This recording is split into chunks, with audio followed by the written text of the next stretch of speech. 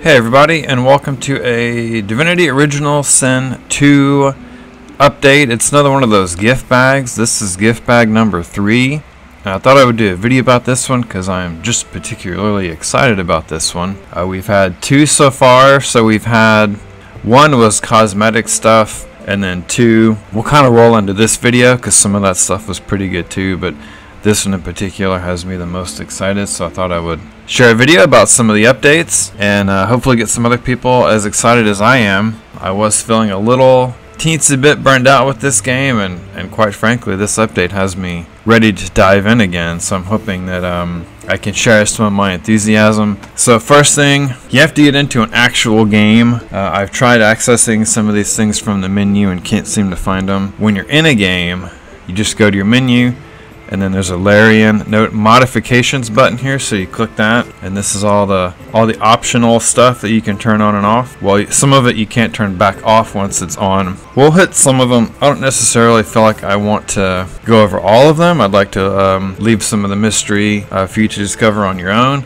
but we'll hit what I feel like are some of the highlights, some of the stuff that I'm most excited for. So this top one, just banks, gives you extra bankable action points. This kind of reminds me of part 1 in a way. If you played part 1, if you remember, vitality or constitution, whatever the health attribute was, gave you more points that you could bank. And I've always found part 2 to be much more restrictive with how many points you could bank. I mean, it's not like it's changing how many you generate, so I feel like it's fair to give you just a slightly larger bank of action points to deal with. It just makes delaying, or when you do very little on turn and then you end your turn and have some extra action points to carry over, you know, I feel like that's really fair.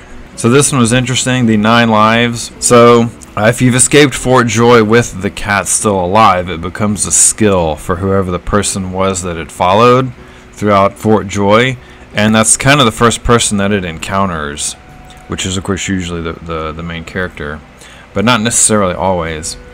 And as you can tell from this one, it says it gives you a whistle, and then you can just summon the cat as you like, and then you can pass it around as you like. So it changes it up pretty interestingly. Changes it from, first of all, from a spell to an item, and then of course anyone can have it. We also have animal empathy. Notice it says you don't need pet pal, so that talent is basically removed, and it gives you max rep with animals, which I didn't even know before this that was really too much of a thing. Okay, the combat randomizer, this is one of the ones I'm actually most excited about. Basically, they have all kind of attributes and conditions and things that they've added, and it says here 1 or more enemies will randomly receive one.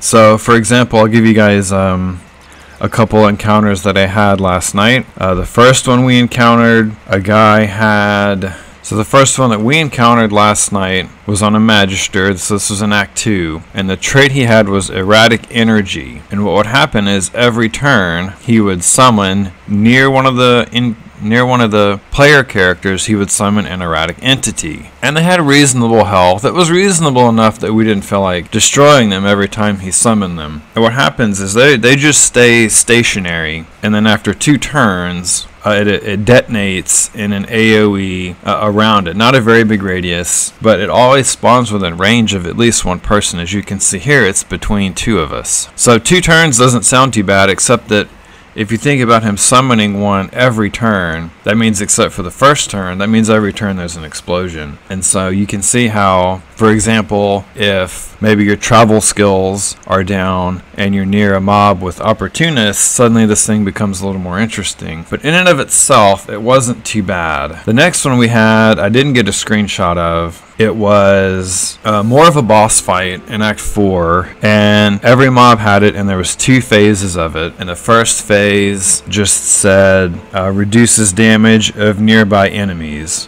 which, you know, from their perspective would be us. Wasn't too big of a deal. And then there was 4 mobs in the fight, so 2 would always be on A, and 2 would always be on B. And B was that it would reflect projectiles, and that was pretty game-changing, because that drastically reduces your mage's abilities and really your archer as well. It kind of forces them to prioritize, I guess, in a way, certain enemies, and it dictates who they can target. Okay, so the next one, this one also has me really jazzed. Summoners can now infuse summons that aren't the incarnate. So as you know, you have your incarnate, and then you can only infuse, you know, the shadow and the power and the farsight, and I think there's one more, don't remember off the top of my head which one it was, and those can only go on the incarnate, which made the incarnate by far and away to me the best and really only truly viable summon for the most part. I mean, they all have their moments, but now we can infuse any of them, which makes them all fantastic.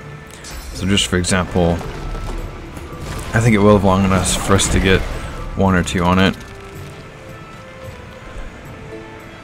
Let's see, let's do power. So Bone Widow always gets Devour Corpse, and now that gives it Bone Cage, which gives it armor, in addition to Battering Ram, so it gets 2 skills for that, plus the intrinsic armor that comes from the cast itself. And I have a screenshot here of a pretty high level one that used that spell and broke 10k armor, which it seems actually almost like too OP going the other direction, like kind of making the incarnate not quite so good. But I feel like I'm okay with that, because the incarnate will always have its moments where when enemies are weak to a certain element, like poison or fire or whatever, you know, any of them, the incarnate can always be used in that situation, because you just get a sample of that element out, and then your incarnate's going to be, you know, fantastic, versus the Bone Widow, predominantly physical, or like the Fire Slug only does fire. Really happy with all those changes. Okay, Fort Joy Mirror. So if you've finished Act 1, this is slightly spoilerish, so if you haven't finished Act 1, well, there's probably been a lot of spoilers already. But anyway, there's a mirror that gives you the ability to respec for free. So you step in and you can just swap your points around, unspend and respend attribute points, class points, the other kind of points, you know, thieving and bartering and all those points. You can just unspend and respend those as you want. And this one just gives you one in Fort Joy, because of course one of the things that I feel like is difficult about Act 1 is there is no respecking at all, so you have to spend your points kind of carefully. And I find myself kind of just sitting there in town wondering, should I do this point or that? And so that would remove a lot of that, and you could spend your points much more freely. All right, Endless Runner. Basically, this just gives you a move speed. It does shut off during combat, so it's not like it's too overpowered. It just moves you around the act faster. Okay, so the last one that I want to talk about is the Sorceress Sundries. Notice how my interface has changed here, because I've activated them all some time ago. I've been fooling around with the Sorceress Sundries one kind of for a hot minute, trying to get it figured out. Don't have it fully worked out yet. First thing to note is, well, let's read it actually. So in each major hub you can find a mysterious vendor selling exotic and potent artifacts. They can upgrade your gear, bringing them up to your current level. So in other words, if you have a piece of gear that you really like, say for example, I'll show you guys a belt I like from Act 1, the one you get off of Withermore, the memory belt, you can now bring that up to your current level, so it doesn't have to be level 4 anymore. In each major hub, so I've just zoned into Driftwood Square, and the vendor is right over here, Demira. So that would be just east of where you zone in. We'll pan over here. Alright, so that's her. That's where you go to pick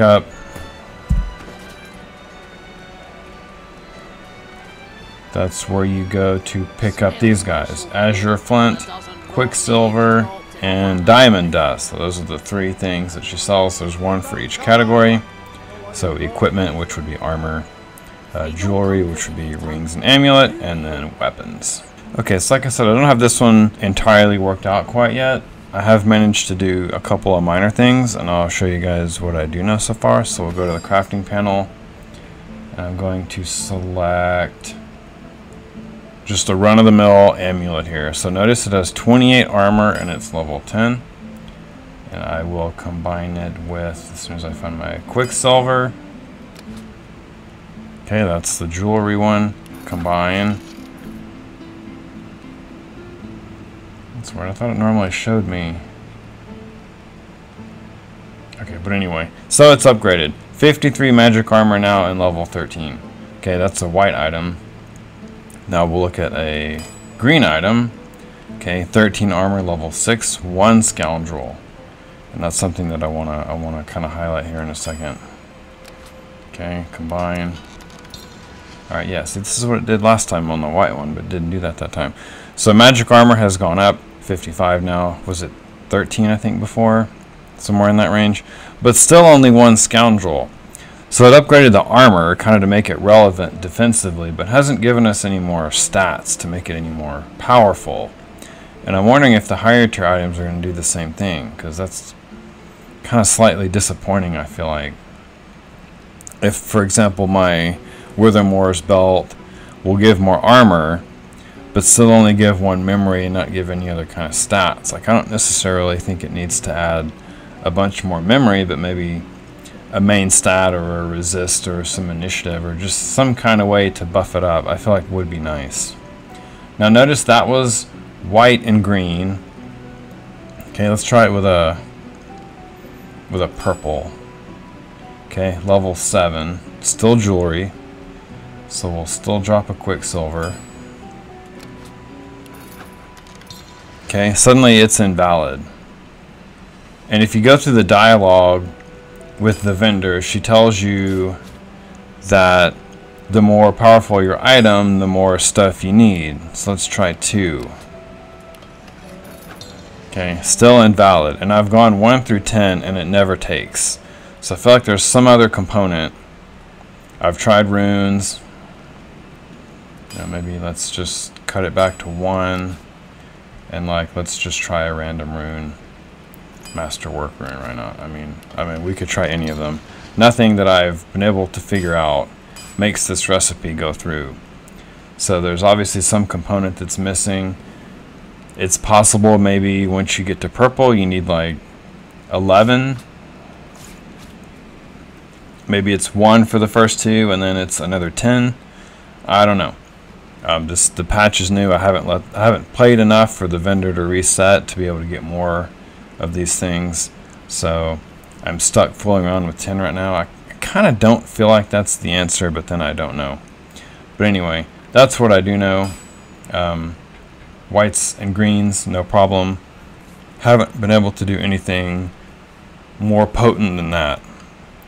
So, but at least, you know, I had a hard time finding the vendor, so maybe that will at least help some people. I'm curious to know what everybody else comes up with.